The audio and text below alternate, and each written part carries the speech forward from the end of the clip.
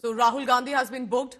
Congress is alleging this is a tactic to divert from the real issues that they have been raising, is what the Congress party is saying. They are saying that this is an attempt to gag dissent by Home Minister Amit Shah and his group. But we will stand strong despite 26 FIRs on Rahul Gandhi.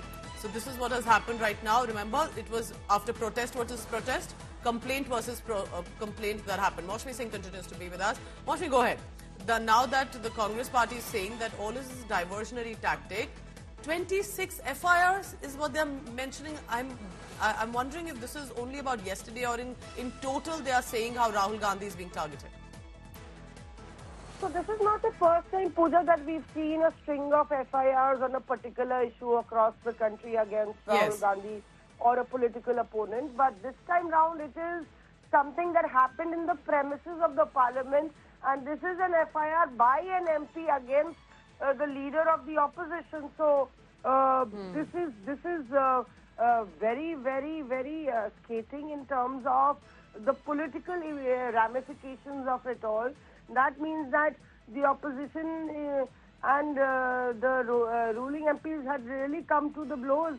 They're, exchanging an eye for an eye. If you look at the allegations or the complaint that has been given at the Parliament Street station, where particularly Rahul Gandhi has been singled out and said that his behavior was atrocious and he pushed MPs and they got injured.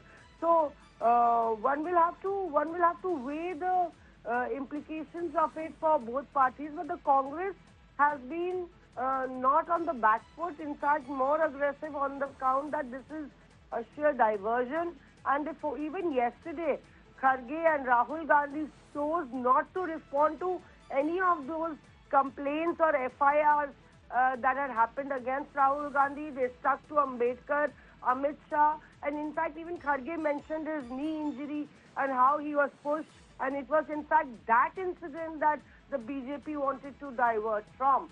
While the BJP has been very clear, there was a categorical complaint in the Parliament Street station and later by MP of Nagaland to the chair.